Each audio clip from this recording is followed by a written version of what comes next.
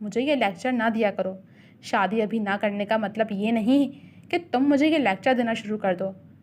ابھی تحریم کی بات ادھوری تھی جب نبیہہ نے اس کو ٹوکتے ہوئے اپنے ہاتھ جوڑ کر اس کو روکا۔ تحریم نے اس کی بات کا برا منائے بغیر نفی میں گردن یوں ہلائی جیسے کہہ رہی ہو تمہارا کچھ نہیں ہو سکتا۔ ویسے یہ یونیورسٹی کتنی بڑی ہے یار، اب یہاں آ ہی گئی ہوں تو سوچتی ہوں کیوں نہ پوری یونیورسٹی دیکھوں۔ ویسے اس کو پورا دیکھنے میں تو شاید 1 ہفتہ نہیں 1 مہینہ ہی لگے گا، مگر میں اس کو پورا دیکھوں گی۔ یونیورسٹی ہے تو بڑی کلاسی، چلو اور دیکھتے ہیں، 1-2 راؤنڈ لگاتے ہیں اس کے۔ اپنے موضوع سے ہٹ کے اب وہ یونیورسٹی پہ نظر دوڑا رہی تھی جو بہت بڑی اور شاندار تھی۔ اس سے پہلے کہ وہ اٹھ کر اپنا ارادہ پایا تکمیل تک پہنچاتی تحریم بول اٹھی، او میڈم، یہ ارادے بعد میں کرنا، ابھی چلو کلاس کا ٹائم ہو رہا ہے۔ اگر یونیورسٹی گھومنے لگے تو کلاس شروع ہو جائے گی اور لیکچر نکل جائے گا۔ تحریم اس کا ہاتھ پکڑ کے اٹھ کھڑی ہوئی، چاروں ناچار نبیہہ کو بھی اس کے ساتھ ہی اٹھنا پڑا۔ Excuse me. وہ دونوں اب اپنے ڈپارٹمنٹ کی طرف جا رہی تھیں جب پیچھے سے کسی نسوانی آواز نے ان کو رکنے پہ مجبور کیا اور دونوں ہی آواز سے پیچھے مڑی تھیں۔ گھٹنوں تک آتی کرتی اور جینس پہنے، گولڈن براؤن بالوں کو پونی میں باندھے جسے 2 پتلی پتلی لٹیں اس کے چہرے کے اطراف میں نکلی ہوئی تھیں۔ خوبصورت نین نقش اور گوری رنگت کی حامل ایک ہاتھ میں کتاب پکڑے اور دوسرے پہ شولڈر بیگ لٹکائے ان کے پیچھے کھڑی تھی۔ جی؟ تحریم نے سواریاں نظروں سے اس کو دیکھ کے پوچھا۔ کیا بتا سکتی ہیں کیمسٹری ڈپارٹمنٹ کہاں ہے؟ اس نے ان کو روکنے کا مدعا بیان کیا۔ اوہ، تو آپ کیمسٹری کے اسٹوڈنٹ ہیں؟ اب کہ نبیہہ نے حیران ہوتے ہوئے استفسار کیا۔ جی، ایکچولی میں نے یہاں MSc کیمسٹری میں ایڈمیشن لیا ہے، آج فرسٹ ڈے ہے یہاں، تو میں کنفیوز ہو رہی تھی کہ کس سے پوچھوں۔ اتنی بڑی یونی ہے اور مجھے ریگنگ سے بہت ڈر لگتا ہے، بس اس لیے ڈرتے ڈرتے آپ دونوں سے پوچھا۔ آپ دونوں مجھے اچھی لگیں اور آپ کو دیکھ کر مجھے یقین ہوا کہ آپ لوگ مجھے صحیح راستہ دکھا دیں گی۔ اس نے تفصیل بتاتے ہوئے صاف گوئی سے کام لیا۔ جی بالکل، آپ نے صحیح راستے کا انتخاب کیا ہے کیونکہ ہم دونوں بھی MSc کیمسٹری کی ہی اسٹوڈنٹس ہیں اور ہمارا آج چوتھا دن ہے۔ ہم بھی اپنے ڈپارٹمنٹ کی طرف ہی جا رہی تھیں، چلیں آئیں ہمارے ساتھ۔ اب کہ تحریم نے خوشدلی سے مسکرا کر اس کی سمجھداری کی داد دیتے ہوئے اپنے ساتھ چلنے کی آفر کی، جس سے وہ گہرا پرسکون سانس لے کر ان کے ساتھ چل دی۔ اوہ شکر ہے۔ By the way, my self Manahil. اس نے تعارف کروا کے اپنا ہاتھ مصافحہ کے لیے بڑھایا۔ Myself Tahreem and I am Nabiha. باری باری دونوں سے مصافحہ کر کے اپنا تعارف کروانے لگیں۔ بہت اچھا لگا آپ دونوں سے مل کے، امید ہے ہمارا ساتھ برقرار رہے گا، مناہل نے مسکرا کر کہتے ہوئے یقین دہانی چاہی۔ Sure, Y not? نبیہہ نے سر ہلا کر تائید کی۔ تینوں مسکراتی ہوئی اب اپنے ڈپارٹمنٹ کی جانب بڑھ گئی تھیں جہاں کچھ ہی دیر میں ان کا لیکچر شروع ہونے والا تھا۔ ہاں جان، میں ابھی تو اپنے دوست کے پاس جا رہا ہوں، تم سے ملنے کل آؤں گا، پکا پرومس، کل شام 5 بجے تمہارا مائر تمہارے پاس ہوگا۔ ہاں ہاں یقین کرو نا، اوکے بائے، اپنا خیال رکھنا، کل ملتے ہیں پھر۔ مخالف کو اپنی بات کا یقین دلا کر اس نے بات کا اختتام کر کے سیل فون کان سے ہٹا کر کال ڈسکنیکٹ کر کے موبائل اپنے ہاتھ میں پکڑ لیا۔ شرم کر لے یار، کیا ہر وقت یہ لڑکیوں سے دوستی اور فلرٹ کرتا رہتا ہے؟ مائر کے کال کاٹنے کے بعد اس کے ساتھ بیٹھے دوست نے اس کے بازو پہ دھپ رسید کرتے ہوئے تعصب کا اظہار کیا۔ ابے جا یار، یہی تو دن ہے زندگی کے، ان کو انجوائے کرو، جیو اور موج مستی کرو۔ مائر نے اپنے دوست سائم کی بات ہوا میں اڑائی۔ مگر پھر بھی یار، کیوں اتنا لڑکیوں سے فلرٹ کرتا ہے؟ اب اس کال سے پہلے بھی تیری ایک گرل فرینڈ کا فون آیا ہوا تھا، تو نے اس کو بھی کل کا ٹائم دیا ہے۔ سائم اس کی اس حرکت سے سخت نالاں تھا۔ وہ اکثر ہی اس کو سمجھاتا تھا مگر مقابل مائر تھا جو اس کی کسی بھی بات کو خاطر میں نہیں لاتا تھا۔ یار 2 ہی گرل فرینڈز ہیں میری، بس زیادہ نہیں ہیں، اور یار میں کون سا ان کے ساتھ کچھ غلط کرتا ہوں، صرف ٹائم ہی پاس تو کر رہا ہوں، اور تو یہ مت سمجھ کہ وہ اتنی معصوم یا بھولی بھالی ہیں، وہ بھی ٹائم پاس ہی کر رہی ہیں، کبھی وہ مجھے کوئی گفٹ دے دیتی ہیں تو کبھی میں دے دیتا ہوں، کبھی وہ مجھے کچھ کھلا دیتی ہیں تو کبھی میں کھلا دیتا ہوں، بس ایسے ہی مزے میں گزر رہی ہے اپنی۔ میں تو کہتا ہوں تو بھی اپنی گرل فرینڈ بنا لے، سچ میں مزے آ جائیں گے۔ اس نے تفصیلی وضاحت دے کر اپنے نایاب مشورے سے نوازا جس پہ سائم کا دل چاہا اس کا منہ ہی توڑ دے۔ مجھے تیرے نایاب و نادر مشوروں کی بالکل ضرورت نہیں ہے، میری منگیتر ہے وہی کافی ہے، تو اس کے ساتھ ہی انجوائے کیا کرنا، اس نے معنی خیزی سے کہتے ساتھ ہی اپنی داہنی آنکھ ونک کی۔ بے غیرت انسان۔ سائم نے ایک گھونسا اس کی کمر پہ جڑا جس پہ مائر کرا اٹھا۔ آہ کمینے، مار کیوں رہا ہے؟ اپنی کمر سہلاتے ہوئے اس نے منہ کے زاویے بگاڑے۔ تو نا اس سے زیادہ کا حقدار ہے۔ اس نے دانت پیس کر اپنا مکہ اس کے منہ کے قریب کیا، جس کو مائر نے پھرتی سے پکڑ لیا۔ وہ میری منگیتر ہی نہیں، صرف میری محبت بھی ہے، اور محبت کو یوں گلی کوچوں میں رسوا نہیں کیا جاتا۔ سائم نے اپنا ہاتھ نیچے کر کے خیالوں میں اپنی منگیتر کا چہرہ لا کر کہا، تو کس نے کہا ہے کہ گلی کوچوں میں گھما کے رسوا کرو؟ بھائی پارکس لے کر جاؤ، کوئی ریسٹورنٹ لے کر جاؤ، نہیں تو ہوٹل میں کمرہ بک کروا کے موجے کرو۔ مائر ایک بار پھر پٹری سے اترتے ہوئے مشوروں سے نوازنے لگا۔ اپنی آخری بات مکمل کر کے اس نے وہاں سے دوڑ لگانی چاہی، جس کو سائن نے کامیاب نہیں ہونے دیا۔ اس کی شرٹ پیچھے سے پکڑ کر اس کو گرا کے خود اس کے اوپر چڑھ کے بیٹھ گیا۔ اب حالت یہ تھی کہ نیچے مائر تھا اور اس کے اوپر سائن بیٹھا مکے برسا رہا تھا۔ اچھا معاف کر دے بھائی، مذاق کر رہا ہوں، وہ مستقل اپنا بچاؤ کرتے ہوئے بول رہا تھا۔ سائم ایک آخری مکہ اس کے منہ پہ رسید کرتا اٹھ کھڑا ہوا۔ حالت بری کر دی میری تو نے، کمینے انسان۔ سائم کے اس کے اوپر سے ہٹنے کے بعد مائر زمین پہ لیٹے ہوئے گہرے سانس لینے لگا۔ بکواس کرنے سے پہلے نہیں سوچتا تو؟ خوخوار نظروں سے اس کو گھورتے ہوئے سائم نے اپنا ہاتھ اس کی طرف بڑھایا تو مائر اس کا بڑا ہوا ہاتھ تھام کے کھڑے ہو کے اپنی شرٹ پہ لگی گرد جھاڑنے لگا۔ اسے ایک بات بتا، یہ محبت ہوتی کیسے ہے؟ مطلب کیا کرنا پڑتا ہے اس کے لیے؟ اس کے کندھے پہ اپنا بازو ٹکا کر مائر نے پوچھا۔ اس کے سوال پہ سائم نے نظریں ترچھی کر کے اس کی جانب ابرو اچکا کر دیکھا۔ پوچھ رہا ہوں یار صرف۔ اس کی نظروں سے خائف ہو کر وہ جلدی سے بولا۔ سائم ایک گہرا سانس لے کر گویا ہوا۔ محبت کا مطلب تجھے سمجھ نہیں آئے گا، کیونکہ تو صرف فلرٹ کرنا جانتا ہے، اور جو لوگ فلرٹ کرتے ہیں، لڑکیوں کو ٹائم پاس سمجھتے ہیں، وہ لوگ کبھی محبت کا مطلب نہیں سمجھ سکتے۔ ویسے بھی محبت کی نہیں جاتی، یہ تو ہو جاتی ہے۔ وہ اب واپس اسی جگہ پہ بیٹھ گیا تھا جہاں وہ دونوں پہلے بیٹھے ہوئے تھے۔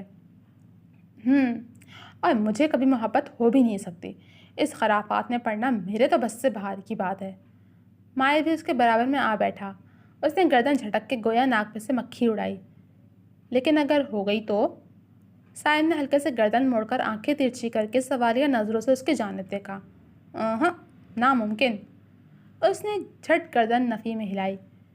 بیٹا محبت کا ننھا بیج جب دل کی سرزمین پہ اگتا ہے تو انسان کو اس وقت احساس بھی نہیں ہوتا کہ وہ محبت کی پہلی سیڑھی پہ قدم رکھ چکا ہے۔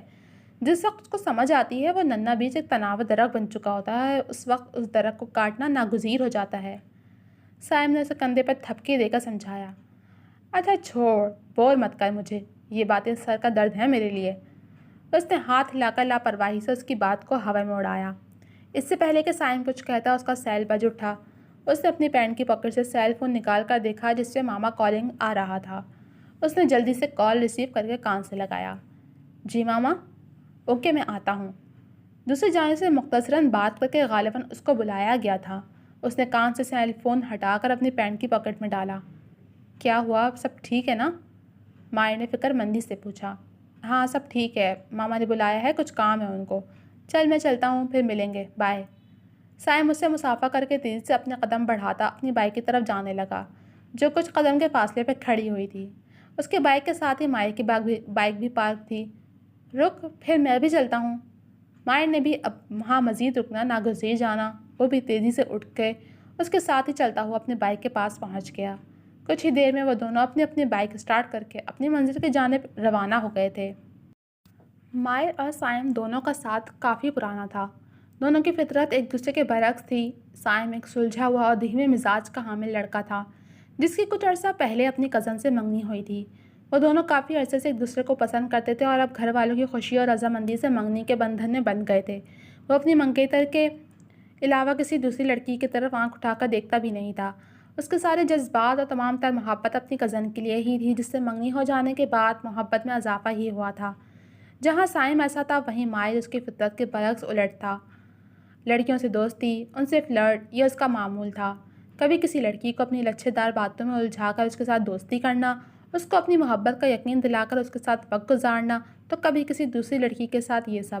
بس اس میں ایک بات تھی، وہ کبھی حد سے آگے نہیں بڑھا تھا۔ لیکن اس کی کسی بھی لڑکی سے دوستی زیادہ دن نہیں چل پاتی تھی۔ یا تو اس لڑکی کی کہیں شادی ہو جاتی یا پھر مائر خود ہی پیچھے ہٹ جاتا۔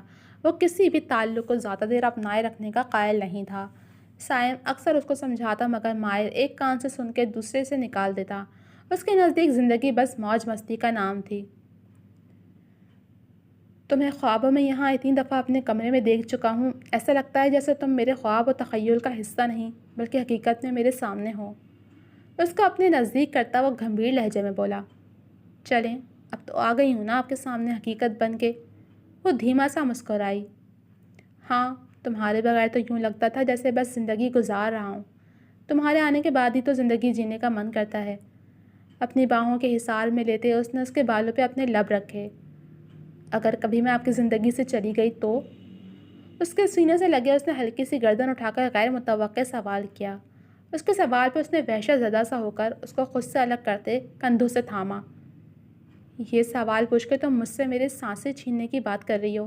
ایسا کبھی سوچنا بھی مت، تم صرف میری ہو، صرف میری۔ تم سے جدائی جان لیوا ہے، مر جاؤں گا تمہارے بغیر، مر جاؤں گا۔ اس کو خود میں بری طرح بھینچے وہ کہہ رہا تھا۔ ایک آنسو ٹوٹ کر اس کی بند آنکھ سے گرا۔ اس نے آنکھیں کھول کر اس کا چہرہ تھامنا چاہا مگر اب منظر دوسرا تھا۔ اوہ، میں نے پھر تمہیں خواب میں دیکھا ہے۔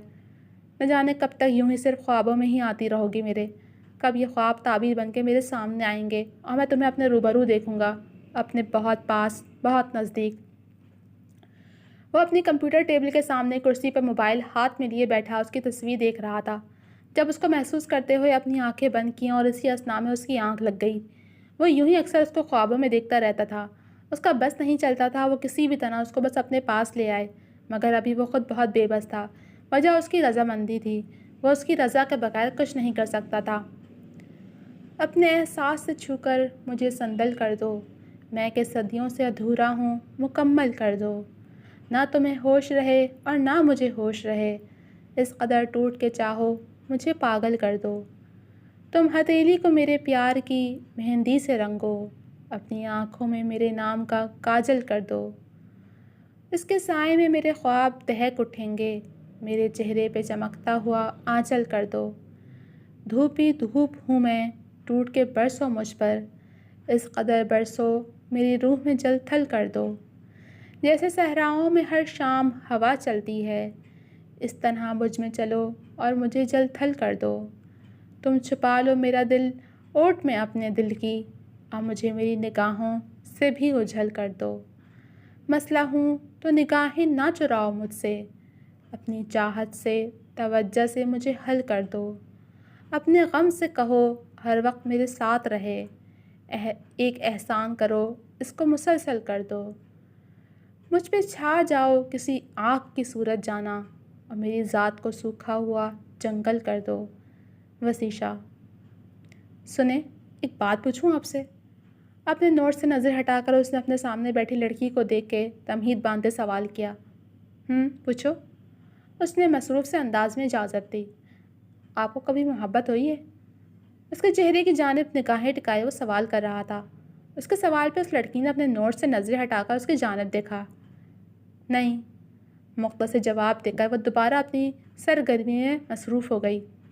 اچھا، اگر کسی کو ہو جائے تو کیا کرنا چاہیے؟ اس نے ہنوز اس کی طرف دیکھتے اپنا دوسرا سوال کیا۔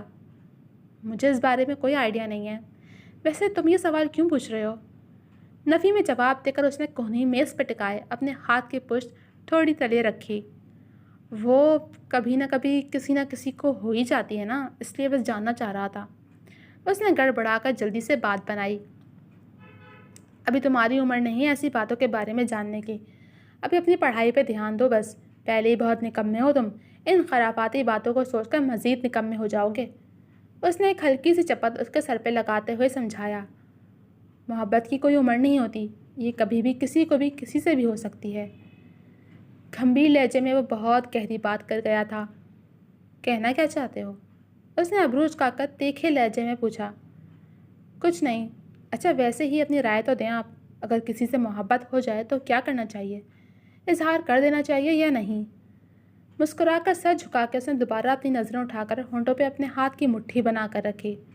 شاید کر دینا چاہیے۔ اس بار بنا کسی حیل و حجت کے اس نے اپنی رائے دی۔ ٹھیک۔ اس کے چہرے پہ دھیمی مسکان چھا گئی۔ اب بتانا پسند کرو گے کیا چل رہا ہے تمہارے دماغ میں؟ اس نے ابرو اچکا کر تشویش بھرے لہجے میں پوچھا۔ کچھ نہیں نا، جب وقت آئے گا تب بتا دوں گا، ابھی آپ مجھے یہ سمجھائیں۔ اس نے نفی میں گردن ہلاتے اس کی توجہ ایک نیومیریکل کی طرف دلائی۔ وہ بھی سر جھٹک کے اس کو سمجھانے میں لگ گئی، لیکن وہ بجائے سمجھنے کے اس کے چہرے کے نقوش اپنی آنکھوں کے ذریعے دل میں اتارنے لگا۔ سوال میرے چہرے پہ نہیں، یہاں لکھا ہے۔ اس کی نظروں کو خود پہ محسوس کرتے اس نے سمجھانا چھوڑ کے زچ ہو کر انگلی نوٹس کی جانب کی۔ مجھے آ گیا سمجھ، بس کافی ہے۔ مسکراتے ہوئے اس نے نوٹس واپس اپنی طرف کیے۔ میرا خیال ہے مجھے چلنا چاہیے۔ اس کی آنکھوں میں پنپنے والے جذبات کے عکس نظر چراتی وہاں سے اٹھ کے باہر کی جانب بڑھ گئی۔ تحریم، مناہل اور نبیہہ، ان تینوں کو یونیورسٹی آتے 1 ماہ کا عرصہ ہو گیا تھا۔ اس دوران مناہل کی ان دونوں سے کافی اچھی دوستی ہو گئی تھی۔ مناہل اور نبیہہ تو پھر بھی باقی طلباء و طالبات سے بات کر لیا کرتی تھیں، مگر تحریم کسی سے بھی بلا وجہ بات نہیں کرتی تھی۔ وہ بس اپنا پڑھنے میں مگن رہتی، جس کی وجہ سے اس کو وہاں موجود لڑکے اور لڑکیاں مغرور، اکڑو اور نہ جانے کن کن القابات سے پکارنے لگے تھے، مگر تحریم کو اس سب سے کوئی فرق نہیں پڑتا تھا۔ اس کا کہنا تھا کہ میں یہاں بس پڑھنے آئی ہوں، دوستیاں گانٹنے نہیں۔ وہ تو فری لیکچر میں بھی اپنی کتابیں لے کر بیٹھ جاتی، جس سے نبیہہ اور مناہل دونوں سخت چڑھ جاتی تھیں۔ میں تمہارا سر پھاڑ دوں گی اگر تم یہ کتاب لے کر بیٹھی تو، فری لیکچر ہے، چلو باہر۔ جب تحریم اپنی کوئی کتاب لے کر بیٹھتی، فوراً مناہل اس سے کتاب چھین کے رکھ دیتی۔ ناچار تحریم کو ان لوگوں کے ساتھ باہر آنا ہی پڑتا تھا۔ اس روز بھی ان کا فری لیکچر تھا، تو ہمیشہ کی طرح مناہل اور نبیہہ نے کینٹین جانے کا پروگرام بنایا، مگر تحریم اپنی کتابیں لے کر بیٹھ گئی۔ میں ایسی کتاب سے تمہارا سر پھاڑ دوں گی، اٹھو اور باہر چلو۔ نبیہہ نے خونخوار نظروں سے اس کو گھورا تھا۔ یار، میں یہاں پڑھنے آئی ہوں، فری لیکچر ہے تو پڑھنے دو نا مجھے، تم لوگ جاؤ، جا کر انجوائے کرو۔ اس نے ہلکا سا منمنا کر ان کو جاننے کے لیے کہا۔ تم میں کوئی بڈھی روح گھسی ہوئی ہے کیا؟ ٹھیک ہے، انسان پڑھائی کا کیڑا ہوتا ہے، مگر اب اتنا بھی کیا کہ بس ہر وقت ہر کتابوں میں دیے بیٹھے رہو۔ اب کے مناہل چڑھ کے اس کی کتابیں ہٹا چکی تھی۔ تحریم نے سر کو نفی میں یوں ہلایا جیسے کہہ رہی ہو کہ تم لوگ میری جان مت بخشنا، چلو اب۔ گہرا سانس لے کر وہ اپنی کرسی سے اٹھ کھڑی ہوئی۔ اس کے اٹھتے ہی ان دونوں نے بھی شکر کا کلمہ ادا کیا۔ تم چلو پہلے، ہمیں تمہارا بھروسہ نہیں ہے۔ مناہل نے انگے شہادت سے باہر کی جانب اشارہ کیا۔ تحریم اس کی بات پہ ماتھا پیٹ کے رہ گئی۔ اس نے کندھے جھٹکتے ہوئے اپنے قدم کلاس سے باہر کی جانب بڑھا دیے۔ وہ دونوں بھی اس کے پیچھے چلتی ہوئی باہر آ گئی تھیں۔ وسیع اور عریض لان سے ہوتے ہوئے ان کا رخ اب کینٹین کی جانب تھا۔ کینٹین میں بھی کافی طلباء و طالبات کی بھیڑ تھی، جو وہاں کے کھانوں سے لطف اندوز ہو رہے تھے۔ ان تینوں نے بھی ایک خالی ٹیبل دیکھ کر اپنے قدم اس کی جانب بڑھا دیے۔ ٹیبل کے گرد چار کرسیاں رکھی ہوئی تھیں۔ وہ تینوں اپنی اپنی کرسیاں کھسکا کے بیٹھ گئیں۔ ارے یار، اس دن ہماری بات ادھوری رہ گئی تھی، تم بتا رہی تھی کہ تمہاری بھی انگیجمنٹ ہوئی ہے۔ مناہل جو کرسی سے ٹیک لگائے بیٹھی ہوئی تھی، ایک دم آگے کو ہو کر اپنے بازو میں اس پہ ٹکائے تحریم سے پوچھنے لگی۔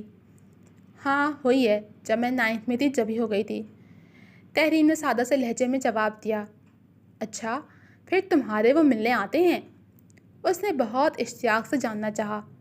نہیں بھائی، ایسا کوئی سین نہیں ہے، ویسے بھی وہ میرے کزن ہے، وہ تو پہلے بھی بہت کم آتے تھے اور اب منگنی ہونے کے بعد تو سامنا بہت ہی کم ہوتا ہے ہمارا۔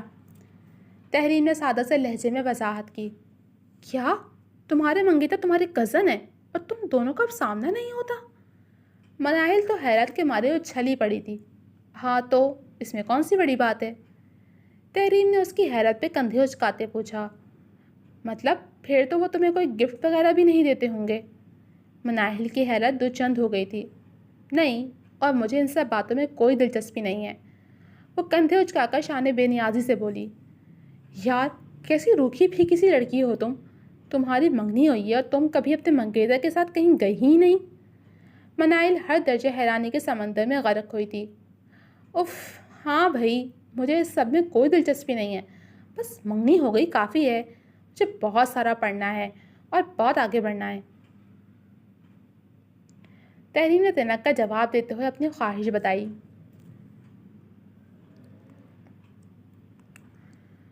یہ تو ہے ہی ایسی، اور اس کے منگیتر صاحب بھی ایسے ہی بور قسم کے ہیں، پتہ نہیں انہوں نے منگنی کیسے کر لی۔ نبیہہ جو کافی دیر سے خاموش بیٹھی ان دونوں کی گفتگو سن رہی تھی، اس نے گفتگو میں اپنا حصہ ڈالا۔ اچھا ہے نا، مجھے میرے جیسا ہی ملا ہے۔ تحریم اس کی بات پہ پھیکا سا مسکرائی۔ وہی تو یار، ایٹ لیسٹ بندہ کبھی تو موقع دیکھ کے وقت نکالتا ہی ہے۔ خیر، کیا کہہ سکتے ہیں۔ مناہل نے نبیہہ کی تائید کرتے ہوئے کندھے اچکائے۔ اچھا تم تو بتاؤ تمہارا کیسے رشتہ آیا تھا؟ جب تم نے مجھے بتایا کہ انہوں نے تمہیں پسند کیا تھا تو مجھے بہت ایکسائٹمنٹ ہوئی جاننے کی۔ مناہل اب بہت اشتیاق بھرے لہجے میں نبیہہ سے پوچھنے لگی۔ ہاں وہ تو بس دیوانے ہی ہو گئے تھے، رشتہ بھیج دیا مگر جب تک ہاں نہیں ہوئی جب تک سکون سے نہیں بیٹھے، نبیہہ نے شرما کر بتایا۔ ہمیشہ کی طرح اس کے چہرے پہ الوہی چمک تھی۔ ہاں اور نہ آپ سکون سے بیٹھتے ہیں، ان کا تو بس نہیں چلتا کل کا ہوتا نکاح وہ آج ہی کروا لیں، مگر یہ محترمہ ابھی شادی نہیں کرنا چاہتی۔ تحریر نے لقمہ دیتے ہوئے اس کی جانب ہاتھ اٹھایا۔ یہ تو بات ہوتی ہے، اسی میں تو مزہ ہے، ہم سفر اگر چاہنے والا ہو تو زندگی بہت حسین لگنے لگتی ہے۔ مناہل ٹیبل پر ہاتھ مارتے ہوئے پرجوش سی ہوئی۔ آہان ایسے ہی ہیں بس، نبیہ اس کے ذکر پہ شرمائی تھی۔ اس سے انہوں نے تمہیں پسند کیسے کیا، کہاں دیکھا؟ مناہل نے کونی میز پر ٹکا کر بہت اشتیاق بھرے لہجے میں پوچھ کر جاننا چاہا۔ ہاں تمہیں اتنی بےتابی کیوں ہے جاننے کی؟ اس کی بےتابی پر وہ ہنسی تھی۔ بس مجھے بہت مزہ آتا ہے کسی کی لو سٹوری سننے میں، تم بتاؤ نا پلیز۔ اس نے دوبارہ بےتابی کا اظہار کیا۔ نبیہہ ایک بار پھر ہنسی تھی۔ اچھا بتاتی ہوں۔ اس نے آہن سے پہلی ملاقات سے لے کر رشتہ آنے اور منگنی ہو جانے تک کی ساری کہانی مناہل کے گوش گزار کی۔ بیچ بیچ میں تحریر بھی چھوٹے چھوٹے لقمے دیتی رہی۔ مناہل تو کبھی حیران ہوتی تو کبھی ہنس دیتی۔ توبہ ہے یار، کتنی کوئی ظالم ہو تم، بھلا ایسے بھی کوئی کرتا ہے؟ ایک تو بندے نے پسند کر کے رشتہ بھیجا اور اوپر سے اتنے نخرے۔ ساری تفصیل جاننے کے بعد مناہل میز پہ اپنے ہاتھ باہم ملا کر رکھتے ہوئے قدرے آگے کو جھکی۔ بس جی اپنا ایٹیٹیوڈ تو ایسا ہی ہے، نبیہہ نے فرضی کالر جھاڑے۔ ہاں جی، اور بندہ اسی ایٹیٹیوڈ پہ فدا بھی ہوا ہے، تحریم نے ہنستے ہوئے بات بڑھائی۔ وہ دونوں بھی ہنس دیں۔ جی تو جناب اب تک کے لیے صرف اتنا ہے۔ کیسی لگی آپ کو فرسٹ ایپیسوڈ؟ کمنٹ سیکشن میں اپنی رائے کا اظہار ضرور کیجیے گا۔ جلد ملوں گی آپ سے اگلی ایپیسوڈ کے ساتھ جس میں ذکر ہوگا کہ نبیہہ اور آہن کی ملاقات کیسے ہوئی اور کیسے ان کا رشتہ آیا، اور آہن صاحب کیسے فدا ہوئے نبیہہ پہ، یہ تو ہمیں آگے ہی پتہ چلے گا۔ تو جڑے رہیے میرے ساتھ، جلد ملوں گی آپ سے اگلی ایپیسوڈ کے ساتھ، تب تک کے لیے اللہ حافظ۔